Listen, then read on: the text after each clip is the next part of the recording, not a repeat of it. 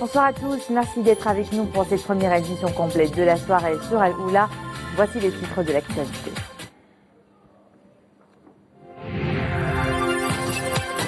À Abu Dhabi, les ministres des Affaires étrangères et de la coopération internationale et de l'économie et des finances remettent un message écrit de Sa Majesté le Roi à son Altesse Cheikh Mohammed bin Zayed Al Nahyan, prince héritier d'Abu Dhabi, commandant suprême adjoint des forces armées des Émirats arabes unis. Opération Grand Froid Hiver 2018, l'élan de solidarité se poursuit dans les zones les plus touchées par la vague de froid et l'enclavement qui s'ensuit. Dans un instant, reportage Arnefra. La chef de la diplomatie sud-africaine est en visite à Rabat. C'est la première visite du genre d'un haut responsable de ce pays depuis la rencontre entre Sa Majesté le Roi Mohammed VI et Jacob Zuma en marge du sommet UAE. Décidément, les deux pays sont déterminés à ouvrir une nouvelle page dans leurs relations.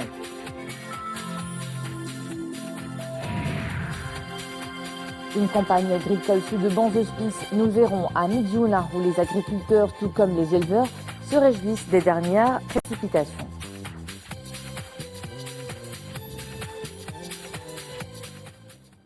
Abu Dhabi d'abord, où son Altesse Cheikh Mohammed bin Zayed Al Nahyan, prince héritier d'Abu Dhabi, commandant suprême adjoint des forces armées de l'État des Émirats arabes unis, a reçu hier à Al Ain les ministres des Affaires étrangères et de la coopération internationale et de l'économie et des finances qui lui ont remis un message écrit de Sa Majesté le Roi Mohammed VI. Le message royal porte sur les relations fraternelles liant les deux pays et les moyens de les renforcer et de les développer. À cette occasion, Nasser Bourita a transmis à son Altesse Cheikh Khalifa bin Zayed Al Nahyan, président de l'État des Émirats arabes unis, et à son Altesse Cheikh Mohammed bin Zayed Al Nahyan les salutations de Sa Majesté le Roi et ses vœux davantage de progrès et de prospérité pour l'État des Émirats et son peuple. Et pour sa part, Cheikh Mohammed bin Zayed Al Nahyan a chargé M. Bourita de transmettre ses salutations et celles de Cheikh Khalifa bin Zayed Al Nahyan à Sa Majesté le Roi et leurs vœux de progrès et de développement pour le royaume, frère et son peuple. Cheikh Mohammed bin Zayed Al Nahyan a évoqué lors de ses entretiens les relations fraternelles liant les deux pays et les moyens de les développer au service des intérêts communs. Il a également souligné la profondeur des relations fraternelles liant les Émirats arabes unis et le Maroc à la faveur de l'engagement de Cheikh Khalifa bin Zayed Al Nahyan et de Sa Majesté le Roi Mohammed VI pour renforcer ces liens et les développer davantage dans les différents domaines. Les deux parties ont échangé également sur les points de vue sur les derniers développements sur la scène régionale et internationale. Message royal de condoléances et de compassion au président de la République du Sénégal, Macky Sall, suite à l'attaque criminelle perpétrée par une bande armée contre des jeunes dans une forêt de la Casamance, faisant plusieurs victimes. Dans ce message, le souverain condamne avec la plus grande vigueur cet acte criminel odieux et présente à M. Macky Sall et à travers lui aux familles des victimes et à l'ensemble du peuple sénégalais frère ses condoléances les plus attristées, l'expression de sa profonde compassion et de sa solidarité. En application des hautes instructions de Sa Majesté le Roi Mohammed VI, chef suprême et chef d'état-major général des forces armées royales, les forces armées royales procéderont au déploiement de 2 hôpitaux médicaux chirurgicaux de compagnie, respectivement à la commune rurale de Lal Aziza dans la province de Chichawa et à la commune rurale de Mesmerir dans la province de Tinrir. Mohamed El pour les développements. Un communiqué de l'état-major général des forces armées royales précise qu'en application des hautes instructions de Sa Majesté le Roi Mohammed VI, chef suprême et chef d'état-major général des forces armées royales, que Dieu l'assiste, les forces armées royales procéderont au déploiement de 2 hôpitaux médico-chirurgicaux de campagne à la commune rurale de Lal Aziza dans la province de Chichawa et à la commune rurale de Mesmerir dans la province de Tinrir. Cette opération, ajoute le communiqué, s'inscrit en parallèle des autres actions ordonnées par Sa Majesté le Roi Mohammed VI et elle vise à renforcer l'aide et l'assistance apportées aux habitants de ces régions pour faire face à la chute importante des températures que connaissent plusieurs parties du royaume. Les hôpitaux médico-chirurgicaux de campagne pluridisciplinaires seront déployés dans ces 2 communes. Ils sont dotés de moyens permettant de réaliser des prestations médicales dans plusieurs spécialités, dont la pédiatrie, la gynécologie, la médecine interne, la chirurgie, la cardiologie, la traumatologie, la médecine ORL, l'ophtalmologie, la médecine dentaire ainsi que la médecine vétérinaire. Les deux hôpitaux disposeront également chacun d'unités de radiologie et d'analyse, en plus d'une pharmacie dotée de lots de médicaments variés. Et l'opération Grand Froid Hiver, toujours à la une de l'actualité, sur haute instruction royale, les équipes de la Fondation Mohamed V pour la solidarité poursuivent leurs actions à l'adresse des populations enclavées dans les zones montagneuses face à la rudesse de l'hiver. Tout un programme humanitaire qui profite notamment aux habitants des communes rurales de Khnefra. Nisri El-Hamdawi. Dame Nature offre un décor époustouflant. La féerie de la neige s'installe dans la province de Khnefra. Mais avec cette généreuse couche de neige, difficile pour les habitants des communes d'Aglma Mazgza et d'El Hadi de se frayer un chemin pour s'approvisionner en denrées alimentaires. Les hommes de la Fondation Mohamed V pour la solidarité ont fait le déplacement pour les aider, bravant le froid et la neige. Au fin fond des montagnes du Moyen Atlas, ils distribuent aux populations enclavées des kits composés de produits de première nécessité et de couverture. C'était des venues au bon moment. Que Dieu bénisse Sa Majesté le Roi.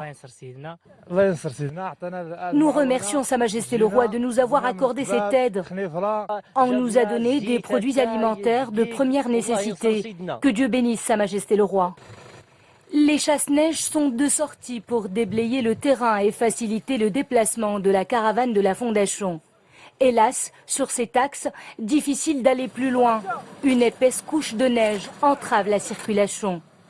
Les équipes de la Fondation n'ont d'autre choix que de distribuer les aides aux populations qu'elles croisent sur leur chemin. Tout au long de notre deuxième journée, nous avons pu distribuer 400 kits au niveau des douars affectés par cette vague de froid, en particulier dans la localité d'Aglmam. Hier, nous avons pu fournir 1000 kits aux populations nécessiteuses et nous n'allons pas nous arrêter à ce niveau-là. Sur des sommets culminant à plus de 1600 mètres d'altitude, la caravane de la Fondation Mohamed V pour la solidarité poursuit son petit bonhomme de chemin pour apporter aide et réconfort aux populations touchées par la rudesse du climat montagnard. Ces derniers jours, la neige était abondante sur les hauteurs. Plusieurs axes routiers ont par conséquent été coupés à la circulation, notamment dans la province d'Ifrane. Sur place, les interventions se multiplient pour débloquer les routes et renforcer l'offre de soins aux habitants de la province. Mohamed Leshkar.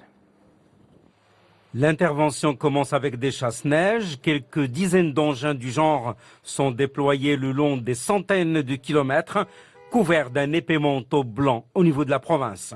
L'intervention se poursuit ensuite avec des camions chargés de sel de déneigement pour maintenir ouverts les axes routiers dégagés par les déneigeuses. Dans le cadre de cette campagne de déneigement, on a mobilisé pratiquement 43 engins de déneigement.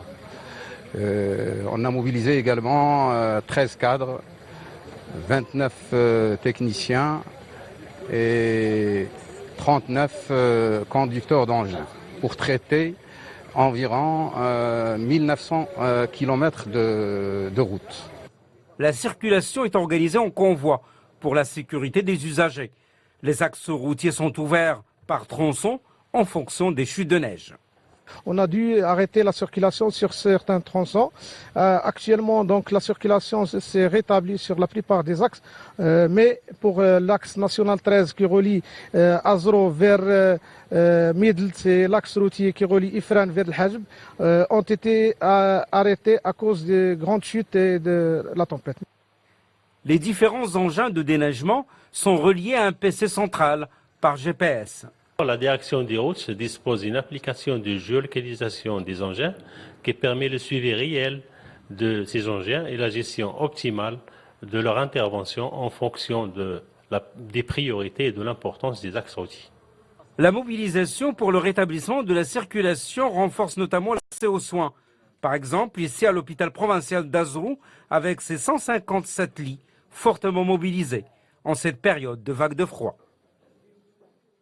Dès ce mardi, le ministère des Affaires étrangères et de la coopération internationale lance le portail Shikeya.ma pour recevoir les réclamations des usagers du service public. Selon un décret du mois de juin dernier, toute l'administration publique, sauf la Défense nationale, devra y être affiliée. La plateforme devra accueillir les observations, suggestions ou plaintes pour insatisfaction ou dommages subis sous leur forme écrite, audio ou vidéo. Ouverture à Rabat des travaux de la conférence ministérielle pour un agenda africain sur la migration avec la participation d'une vingtaine de ministres et responsables gouvernementaux du continent. Tous ont pour objectif de convenir d'une vision commune africaine selon une approche inclusive et participative où l'ensemble des États africains seront à la fois auteurs et acteurs. Mounia Marouche. Au menu des travaux, l'aboutissement à un agenda africain sur la migration, dont les premiers jalons avaient été posés par Sa Majesté le Roi Mohamed VI lors du 29e sommet des chefs d'État et de gouvernement de l'Union africaine. L'agenda africain sur la migration est orienté vers l'action. Il a pour objectif de promouvoir une coopération optimale entre les pays d'origine, de transit et de destination. Vous savez que le président Alpha Condé, président en exercice de l'Union africaine, a demandé à Sa Majesté de prendre en main cette question de migration et d'élaborer au nom de l'Afrique un agenda. Et donc, ces concertations d'aujourd'hui entrent dans ce cadre-là. Donc, nous espérons que ici, de bonnes idées seront émises, qui seront prises en compte, comme le ministre des Affaires étrangères l'a si bien dit. Il s'agit ici de recueillir les avis et des Africains et maintenant arriver et proposer un agenda à l'Afrique au sommet de la fin du mois de janvier. Le Maroc a déployé de grands efforts en matière de la politique de la migration. Des efforts couronnés par une politique migratoire respectueuse des droits humains et empreinte de solidarité envers les migrants, toutes nationalités confondues, et en premier lieu ceux originaires des pays subsahariens. Le Maroc est pionnier en matière de la politique migratoire. Il a organisé plusieurs conférences là-dessus. La conférence de Srerat, tenue en juin dernier, en est le meilleur exemple. La question de la migration n'est pas uniquement africaine. Il doit être traité en coopération avec l'Europe. En 2017, sur 258 millions de migrants dans le monde, moins de 14%, soit 36 millions, sont africains. Et parmi les pays participants à cette conférence, l'Afrique du Sud, représentée par sa chef de la diplomatie, qui s'est entretenue avec son homologue marocain. La visite de Maïten Koana Machaban est la première du genre d'un officiel sud-africain depuis la rencontre entre Sa Majesté le Roi Mohamed VI et le président sud-africain Jacob Zuma en marge du sommet UAUE au mois de novembre dernier à Abidjan. Nous retrouvons Mohamed Aitishkar. Un entretien pour traduire dans les actes les orientations données par les chefs d'État des deux pays fin novembre dernier à Abidjan en Côte d'Ivoire. Lors de cette rencontre, Sa Majesté le Roi et Son Excellence le Président se sont mis d'accord pour qu'une nouvelle page dans les relations bilatérales entre les deux pays soit ouverte, que l'interaction diplomatique soit renforcée et que les sujets de coopération soient explorés. Et c'était justement l'objectif de cet entretien à Rabat, qualifié par le ministre des Affaires étrangères et de la coopération internationale de franc et cordial. Des entretiens pour un rapprochement diplomatique, mais aussi pour une meilleure coordination entre les deux pays sur les questions de la migration et de l'agenda africain en la matière. Question dont Rabat abrite une conférence ministérielle. In order to convey a message of friendship.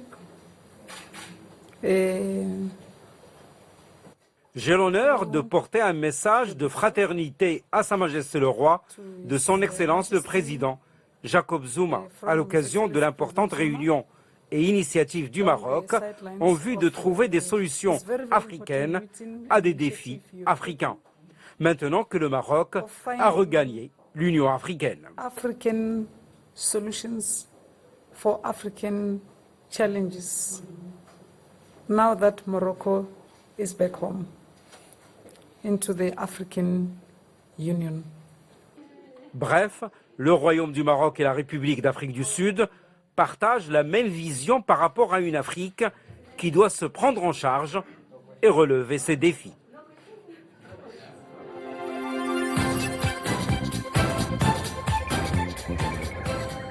À la une de l'actualité étrangère, les deux Corées reprennent langue. Séoul et Pyongyang ont décidé d'avoir des discussions dans le domaine de la défense après une reprise du dialogue officiel entre les deux pays aujourd'hui. Les deux pays ont convenu d'abaisser la tension militaire actuelle et de tenir des discussions militaires sur la question. Le gouvernement sud-coréen avait confirmé que la Corée du Nord a décidé d'envoyer une délégation de haut rang aux Jeux olympiques d'hiver en Corée du Sud en février. Séoul a profité de cette première rencontre en plus de 2 ans pour demander une réunion des familles séparées par la guerre, l'un des héritages les plus douloureux du conflit.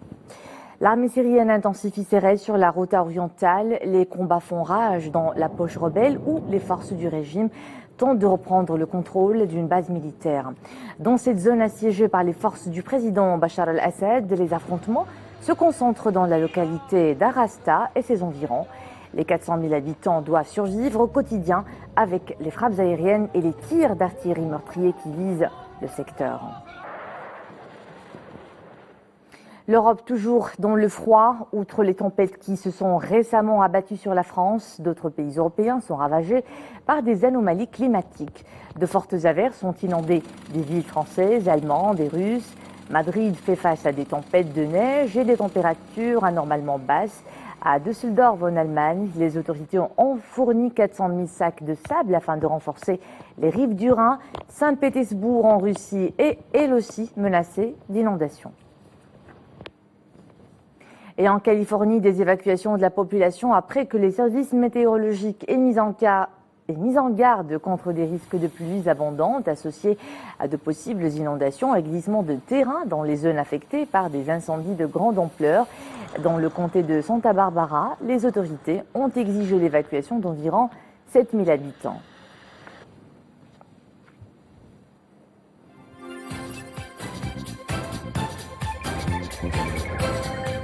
La saison agricole sous de bons auspices après les importantes précipitations de ces dernières semaines qui ont intéressé les différentes régions du royaume. Les agriculteurs, mais aussi les éleveurs, s'en réjouissent et s'attendent à une bonne campagne. À Mediouna, comme partout ailleurs, les professionnels de la terre s'attellent à l'œuvre de bon cœur. Sarah Katir. Optimisme chez les agriculteurs après les dernières précipitations qui ont concerné toutes les régions du royaume et qui auront un impact positif sur la campagne agricole, telle ici dans la région de Mediouna. Dieu merci, ces pluies nous ont fait revivre. Le blé qui avait même faibli reprend ses forces. On a semé blé, orge et avoine et on espère que ces pluies en cette période nous aident à terminer cette campagne agricole en apothéose. Les précipitations auront également un effet positif sur le couvert végétal, ce qui vaudra à moins de charges pour la nourriture de bétail pour les éleveurs. On souffrait avec notre bétail à cause du manque de pâturage, mais avec ces pluies, l'alimentation de notre bétail ne sera plus un fardeau pour nous. Générales et abondantes, ces pluies viennent à point nommé pour redonner espoir en une bonne campagne agricole. Et c'était le clap de fin de cette édition. Merci à vous de nous suivre. D'autres titres de l'actualité à 20h30 avec Mohamed Reda al-Midi. Au plaisir de vous retrouver demain.